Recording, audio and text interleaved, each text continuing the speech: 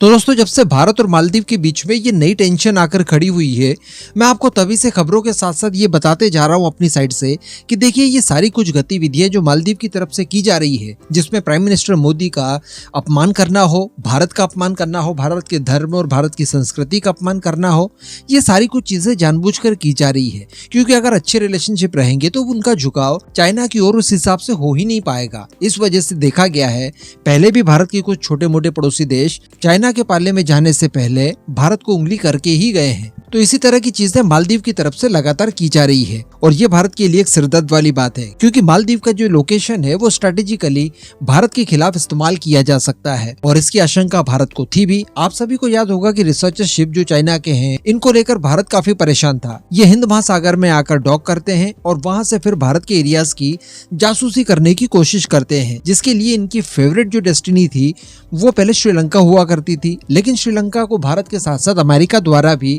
Pressure डालकर इस बात के लिए तैयार कर लिया कि वो चाइना के किसी भी शिप को इस एरिया में डॉक करने की अनुमति नहीं देगा।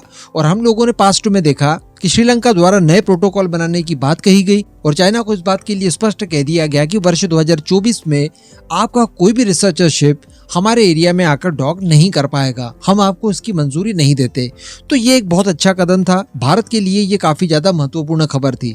लेकिन इसी के साथ साथ प्रॉब्लम ये आ रही थी कि क्या मालदीव भी भारत की बात मानेगा। भारत द्वारा मालदीव को भी ये कह दिया गया था कि आप भी अपने किसी भी पोर्ट के ऊपर चाइना के शिप्स को न आने दें और इसके लिए जमाने भर का दबाव भी भारत द्वारा बनाया गया। लेकिन दोस्तों, अब खबर निकल कर आ रही है कि एक्चुअली मालदीव द्वारा ये जो सारी कुछ प्रॉब्लम की है, इसकी आड़ में अब मालदीव इस बात के लिए तैयार हो चुका है कि चाइना के जो रिसर्चर शिप है वो मालदीव आकर डॉक कर सकते हैं और संभवतः फरवरी मंथ तक यानी अगले ही महीने चाइना के रिसर्चर शिप मालदीव आ सकते हैं। बताया जा रहा है कि एक जासूसी जहाज जिसका नाम जियान यांग होंग 03 है, जो कि 4813 टन डिस्प्लेसमेंट क्षमता के साथ आता है। इसके अंदर रिसर्च के लिए काफी ज्यादा उन्नत उपकरण लगे हुए हैं। इसके साथ साथ रिकॉनेसेंस के लिए भी इसमें कई सारे उपकरण लगे हुए हैं। तो बताया जा रहा है कि ये समय रास्ते में है और चाइना से निकलकर ये मालदीव की तरफ लगातार बढ़ रहा है और फरवरी मंथ तक ये वहां पर पहुंच जाएगा। तो अल्टीमेटली भारत के द्वारा जो मालदीव से कहा गया था कि आप चाइना के किसी भी रिसर्चर शिप को अपने यहाँ आकर डॉक न करने दें,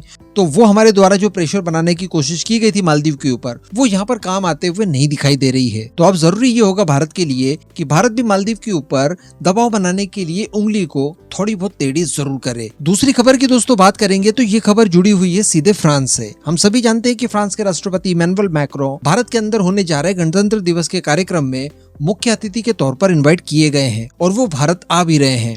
इस दौरान दोस्तों कई सारी उम्मीदें जताई जा रही है, जिसमें 26 रफाल की फाइनल डील जो कि हमारी नौसेना के लिए की जानी है वो संभवतः साइन हो सकती है। इसके साथ साथ 3 स्कॉर्पियन क्लास की एडिशनल सबमरीन को लेकर भी भारत और फ्रांस के बीच में बातचीत हो सकती है। अभी कुछ ही समय पहले की बात है जब इमैनुअल मैक्रों के जो मुख्य सलाहकार हैं वो भारत के विजिट पर आए थे और यहाँ पर आकर उन्होंने NSA अजीत डोभाल साहब और विदेश मंत्री डॉक्टर S जयशंकर के साथ विस्तृत रूप से बातचीत की। अब इसके बाद इमैनुअल मैक्रों खुद आ रहे हैं तो डेफिनेटली यहाँ पर काफी ज्यादा उम्मीदें बढ़ जाती है और कई सारी डील जो कि पेंडिंग पड़ी है और फ्रांस के साथ कंडक्ट करनी ही है, उनको यहाँ पर किया जा सकता है। लेकिन इसी बीच में आपको बता दूं कि फ्रांस की सेना भी भारत आई है और वो गणतंत्र दिवस की परेड में हिस्सा भी लेने वाली है। जिस तरह से भारत की सेना फ्रांस के बेस्टिल डे परेड में गई थी, वहां पर उन्होंने पार्टिसिपेट भी किया था, तो ठीक इसी तरह का कार्य फ्रांसीसी सेना भी करने वाली है। इसके लिए बताया जा रहा है कि फ्रांसीसी सेना के 95 सोल्जर्स भारत आ चुके हैं। इसके अलावा फ्रांस की तरफ से 2 रफाल भी भेजे जाएंगे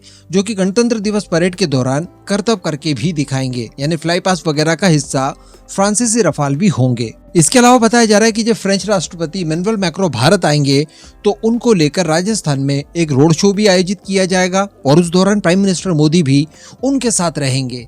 तो कहने का मतलब स्ट्रैटेजिक पार्टनरशिप को और आगे बढ़ाने की कोशिश की जाएगी।